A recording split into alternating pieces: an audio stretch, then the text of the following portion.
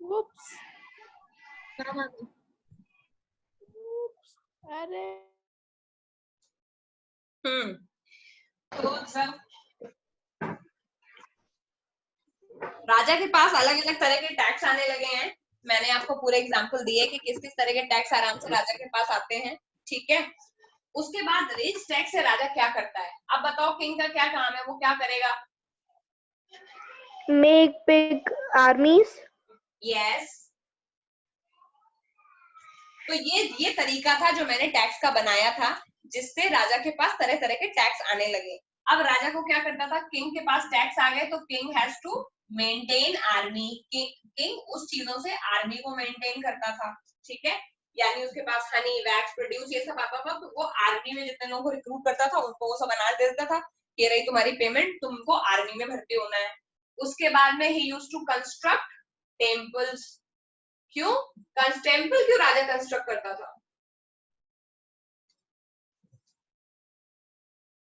सोच के बताओ, मैं सबसे पहले मैंने बताया था। हाँ बेटा। मैम क्योंकि उसी में वो रिचुअल्स परफॉर्म करेगा। वेरी गुड, क्योंकि टेम्पल के जरिए ही तो राजा ये शो करता था कि अगर राजा ये बोलेगा कि मैं टेम्पल में नहीं मानता तो मैं टेम्पल क्यों बनवाऊं, तो लोग कहेंगे तुम तो बड़े ढोंगी हो। जब तुमको राजा बनना था तो तुम उसमें रिचुअल परफॉर्म करते हो, यज्ञ करवाते हो, ये सब करते हो, और जब टेम्पल बनवाने की बारी आई तो बोल रहे हो मैं टेम्पल में नहीं मानता, मैं टेम्पल क्यों बनवाऊं। यानी टेम्पल वो बनवाते थे टू शो, क्या करने के लिए, to show their devotion to God. अगर आपको जनता के दिल में बताना है, अगर आपको जनता के दिल में रहना है, तो जनता को ये भरोसा होना चाहिए कि आपको भगवान पे भरोसा है, तो वो टेम्पल भी कंस्ट्रक्ट करवाते थे ताकि जो जनता है उसको क्या लगे कि राजा देखो भगवान में कितना मानता है, और राजा भगवान से डायरेक्ट बातें करता है। और वो लोग बेवकूफ भी बनाते थे, पता है, जनता को बोलते थे कि हम गॉड हैं और मतलब मैं किंग हूं, बट किंग गॉड के इक्विवेलेंट हूं। ये बहुत इंपॉर्टेंट पॉइंट है, इसको बहुत लंबे समय तक हम खींचेंगे। क्यों, देखो ये है किंग, और किंग जब पूजा कर रहा है तो वो ये बोल रहा है कि मैं गॉड की पूजा भले ही कर रहा हूं लेकिन मैं भी गॉड से कम नहीं हूं। तो king is nearly equivalent to God. और ये सारे लोग किंग, मतलब ये सारी बातें किंग और किंग के पुजारी मिल करके लोगों के दिमाग में भरते थे। क्यों भरते थे, क्योंकि उस जमाने में बेटा लोग अलग तरह से सोचते थे। उनको ऐसा लगता था कि जो किंग है वो भगवान का अवतार है। जैसे आपने हिंदू मैथोलॉजी में सुना होगा बहुत बार कि हम बहुत सारे किंग को भगवान का अवतार मानते हैं। तो ये कॉमन प्रैक्टिस थी उस टाइम पे, लोग जो किंग है उनको गॉड का अवतार मानते थे। उनको ऐसा लगता था कि जिस किंगडम में राजा अच्छा होता है उस किंगडम पे गॉड की बुरी नजर कभी भी नहीं पड़ती है। मान लो अगर आपका किंग बहुत अच्छा है, तो उस समय पे चूंकि लोग डॉक्टर इंजीनियर तो थे नहीं, सारे लोग मैक्सिमम लोग खेती करते थे, तो लोगों को ऐसा लगता था कि अगर हमारा किंग अच्छा होगा, भगवान में अच्छे से आस्था रखेगा, भगवान का पूजा करेगा, तो ऐसी किंगडम बहुत ज्यादा पावरफुल हो जाएगी। लोगों का ऐसा मानना था कि ऐसी किंगडम में बारिश होती है अच्छे टाइम पे, ऐसी किंगडम की जो धरती होती है, जो जमीन होती है वो बहुत प्रोडक्टिव होती है, ऐसी जो किंगडम होती है वो बहुत सुंदर होती है, उसका मौसम अच्छा रहता है, ऐसी किंगडम में किसी को बीमारी नहीं लगती है। ये सारी जो सुपरस्टिशंस है वो लोगों के दिमाग में थे। क्योंकि मेडिकल साइंस ने उतनी तरक्की तो की नहीं थी, तो बहुत सारे लोग टीवी मलेरिया से उस टाइम भी मर जाते थे, बट उनको बीमारी का पता चल नहीं पाता था, क्योंकि तब उन्हें टीवी, मलेरिया, डेंगू इन सारे चीजों के बारे में पता ही नहीं था। वो लोग सोचते थे कि ये सब जो है वो भगवान कर रहे हैं, और अगर किंग अच्छा होगा और भगवान की पूजा करेगा, यज्ञ करेगा, तो ये सारी चीजें हमें नहीं होंगी। समझ गए? तो इसीलिए ऐसा माना जाता था कि टेम्पल को कंस्ट्रक्ट करवाना बहुत बड़ा काम था, छोटी मोटी चीज नहीं है। जो भी राजा टेम्पल को कंस्ट्रक्ट नहीं करवाता था उसको लोग अच्छे से एक्सेप्ट भी नहीं करते थे। उनको लगता था कि ये राजा नास्तिक है, ये तो भगवान में मानता ही नहीं है। तो ऐसे में फिर राजा लोग क्या करने लगे, वो टेम्पल्स को कंस्ट्रक्ट करवाते थे, टेम्पल में पूजा करते थे, और पूजा के थ्रू अपने आप को वो गॉड बना लेते थे कि मैं गॉड से पूजा करता हूँ, गॉड मेरे से डायरेक्टली बात करते हैं, और मुझ में और गॉड में कोई फर्क नहीं है। और ये बात एकदम सही है। उनको लगता था कि मैं एक गॉड हूँ और सामने बैठ करके दूसरे गॉड की मैं पूजा कर रहा हूँ। ठीक है। तो उस टाइम में, मेडिवल टाइम में, बहुत सारे लोग किंग को गॉड के इक्विवेलेंट ही मानते थे। क्यों? क्योंकि उनको लगता था कि किंग, हाँ बेटा, हम अपने समानता के बाद में मतलब आपने 2 पॉइंट लिखे थे किंग के नीचे हाँ समानता और सिंपल आपने लिखा नहीं था। कब में बेटा? एकदम स्टार्टिंग में। Yes ma'am. तो हम अपने किंग पर उसके नीचे 2 पार्ट्स में आए थे, एक में आपने समानता नोबल्स लिखा था, फिर दूसरे में कुछ नहीं लिखा था हमने। ओके ओके ओके, किंग एक तरफ सामंताज है और दूसरी तरफ प्रीस्ट है बेटा, पुजारी जो किंग को सपोर्ट करते थे। Okay ma'am. ओके, तो यहाँ पर भी देखो प्रीस्ट लोगों का ही मौका मिल रहा है देखने को, क्योंकि प्रीस्ट लोग क्या करते थे, जनता को बरगलाते थे। अरे मैंने सारे शास्त्र पढ़ रखे हैं, मैंने सारे धर्म पढ़ रखे हैं, मुझे पता है कि किंग को भगवान ने ही भेजा है इस दुनिया में तुम लोगों के ऊपर शासन करने के लिए, ऐसा दिमाग में बात डाल दिया।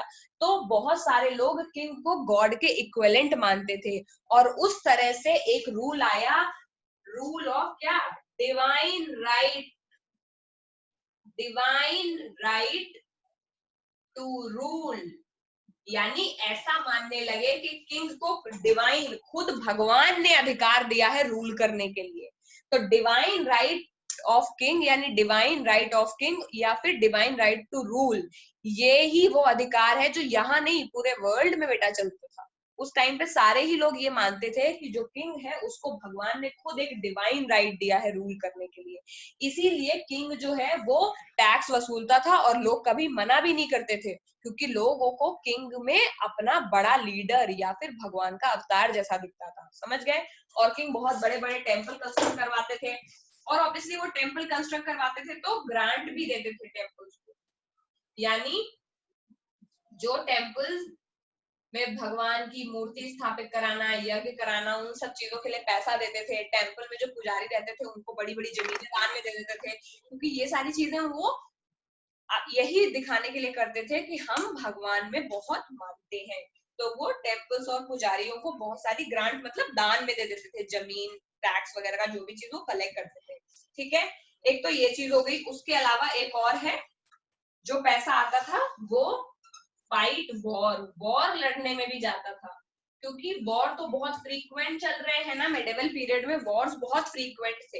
हर रोज किसी ना किसी से लड़ाई चलती रहती थी पूरे इंडियन सबकॉन्टिनेंट में। तो उतने फ्रीक्वेंट वॉर्स को लड़ने के लिए और ज्यादा चीजें चाहिए, और राशन चाहिए, ताकि सैनिक लोग खाना खा पाए।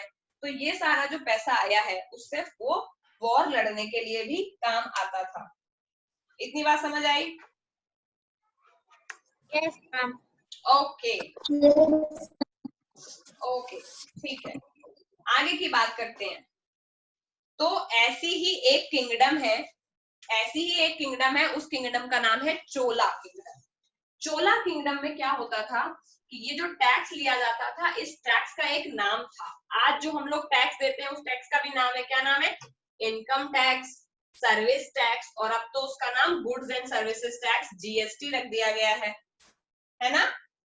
आज भी जो हम लोग टैक्स देते हैं उसका नाम है ना, आज जो हम लोग टैक्स देते हैं उसमें एक नाम है इनकम टैक्स, जो कि सुना होगा सबने कि पापा को इनकम टैक्स देना पड़ता है, और दूसरा है GST, goods and services tax, ठीक है। डिटेल में नहीं जाते लेकिन नाम तो सुने ही होंगे।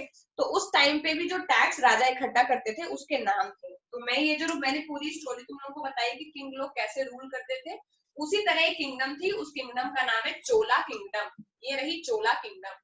चोला किंगडम के जो लोग थे उसमें तकरीबन तकरीबन सारे ही लोग जो है वो क्या करते थे, पीजेंट्स थे। बहुत सारे यहाँ पे भी, सारे किंगडम्स में मैंने बताया किसान थे, पीजेंट्स थे, मोस्टली लोग फार्मिंग करते थे। बहुत कम लोग थे जो लेबर्स थे और आर्टिसंस थे। तो यहाँ पे भी लोग फार्मिंग करते थे। यहाँ पे जो टैक्स कलेक्ट किया जाता था उस टैक्स का नाम था वेत्ती। इन्होंने अपने टैक्स का नाम वेत्ती रख रखा था, ठीक है।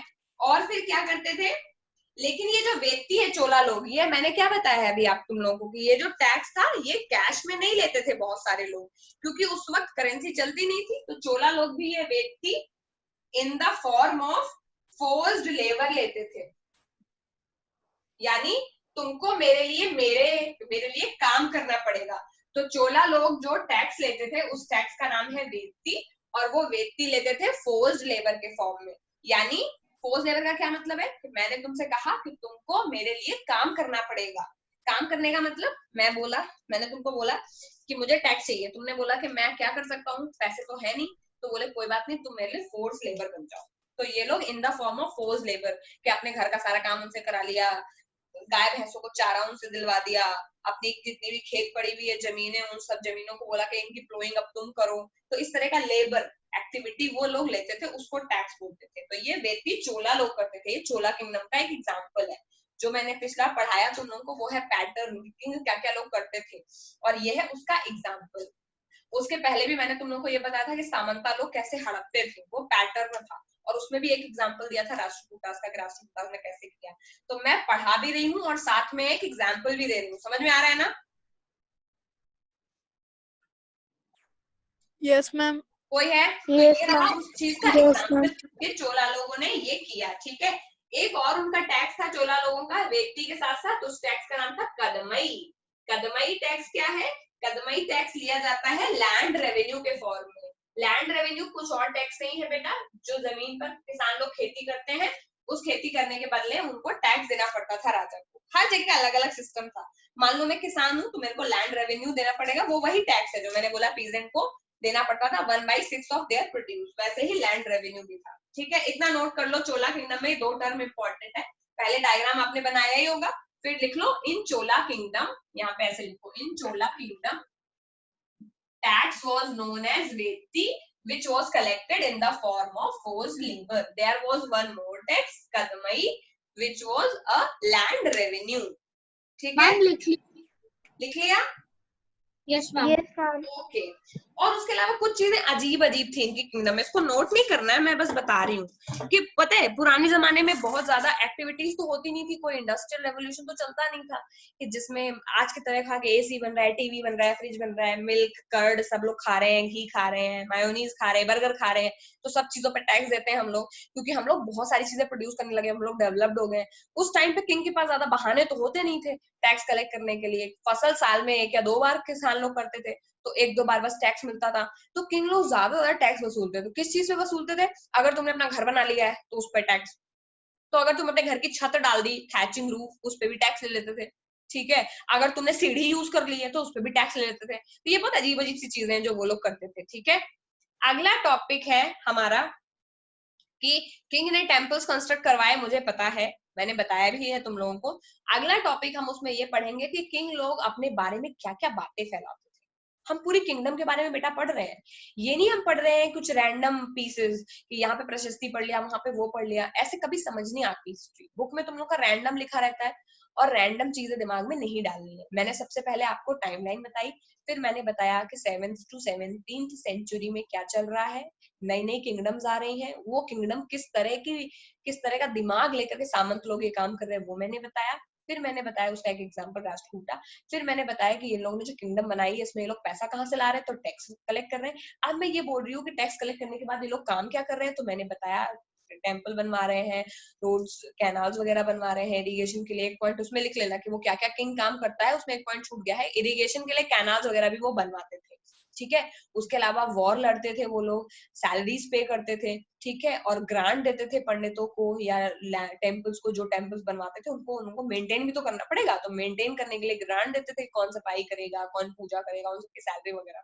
ठीक है, उसके अलावा फिर वो लोग किंग थे तो अपने आप को बहुत बड़ा दिखाने की कोशिश करेंगे ना, because they were king, so they try to show कि नहीं नहीं हम बहुत बड़े हैं। तो किंग अपने आप को बड़े बड़े टाइटल्स देने लगे, और इन टाइटल्स का नाम है, कोई नाम बताओ मुझे, कौन कौन से टाइटल देते थे किंग अपने आप को? मैम महाअधिराज। या महाधिराज नहीं, महाराजाधिराज।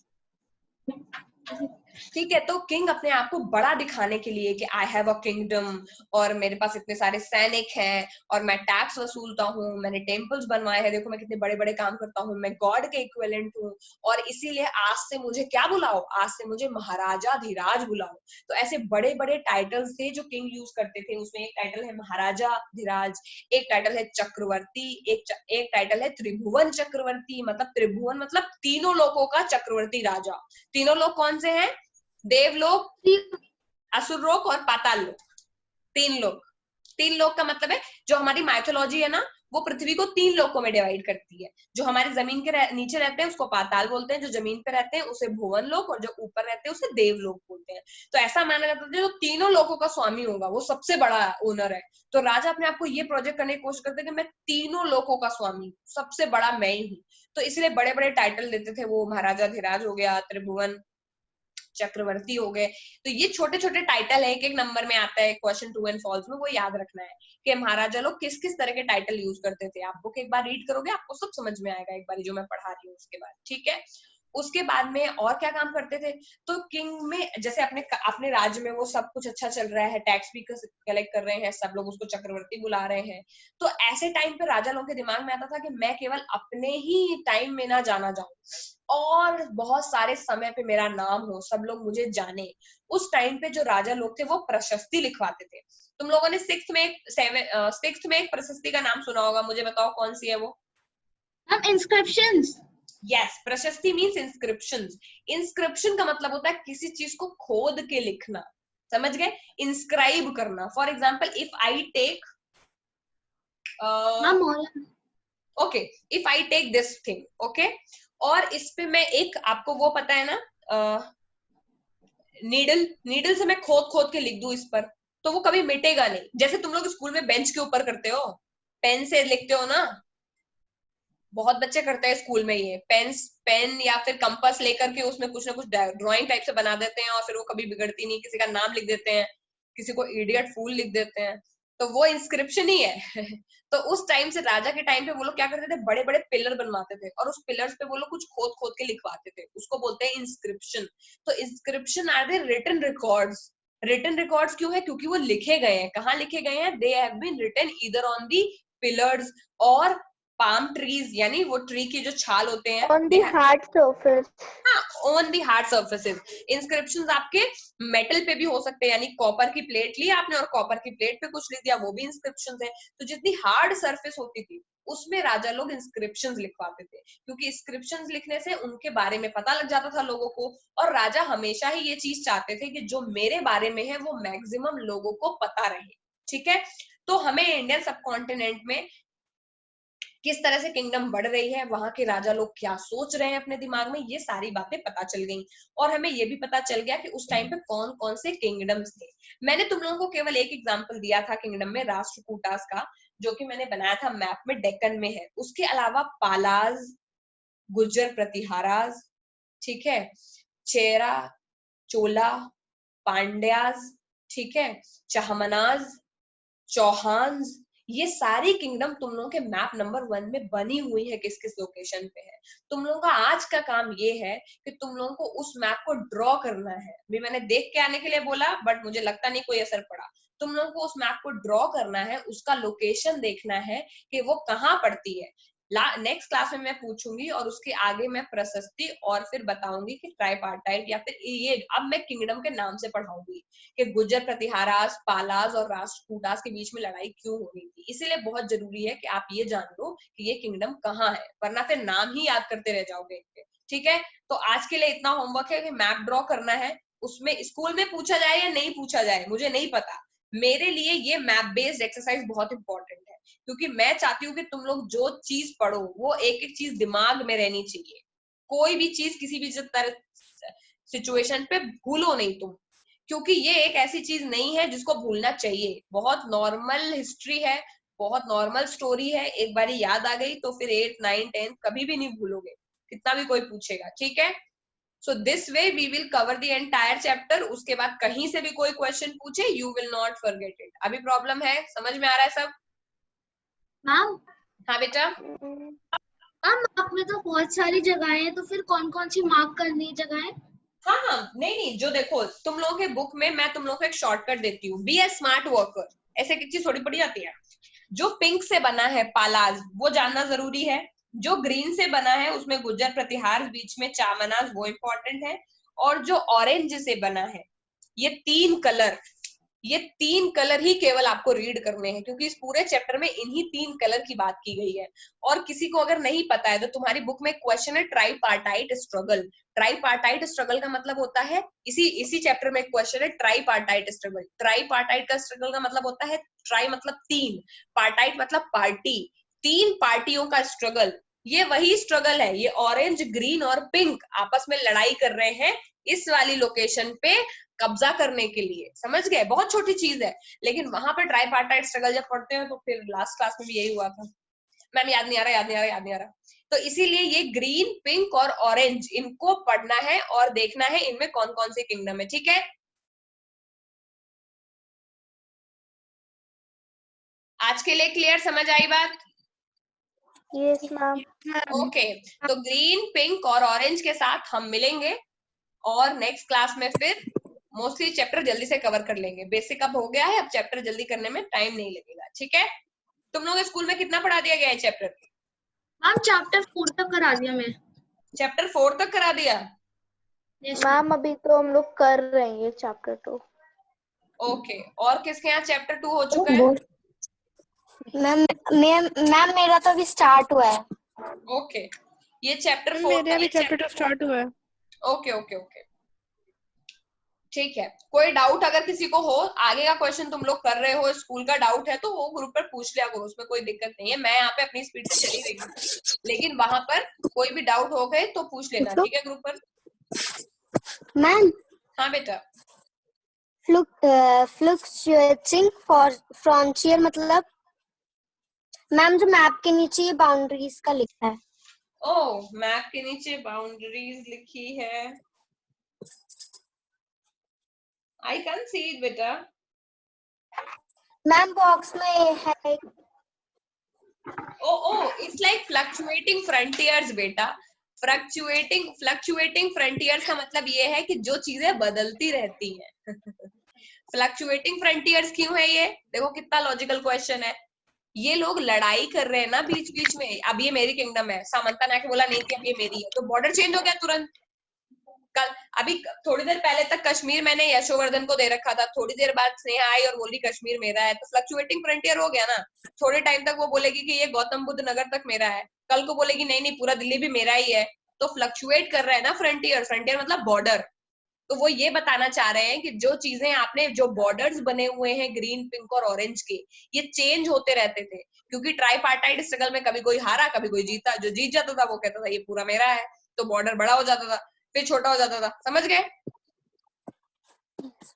इसीलिए इसका नाम है फ्लक्चुएटिंग फ्रंटियर्स। वो उन्होंने दिखाया ताकि कोई ये ना समझ ले कि पाला और चामनाज और राजपूता बस उतनी जगह में ही रहते थे, नहीं, वो तो लड़ ही रहे थे चारों तरफ कि कितने ज्यादा से ज्यादा जगह को हम अपने कब्जे में कर लें।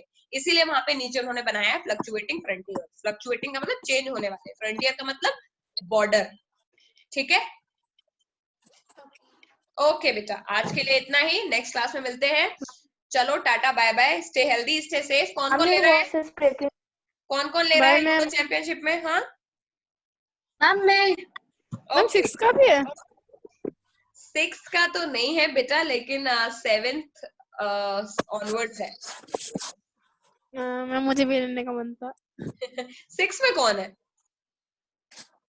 सर सॉरी 6 में कह रहा 7th तो है ना बेटा, 7th तो है। मैम मैं भी लेना चाहता हूँ। चलो ठीक है, हिमांशु सर को मैसेज कर दो ग्रुप पे या जेडी सर को मैसेज कर दो। वैसे तो थर्सडे तक ही नाम देना था, अभी बंद हो गए होंगे तो मुझे पता नहीं, मैं तो 9th देख रही हूँ। से शुरू हो रहा है। ओके चलो फिर आज के लिए bye bye, take care everybody, मिलते हैं नेक्स्ट क्लास में। Bye bye. Thank you ma'am. Welcome.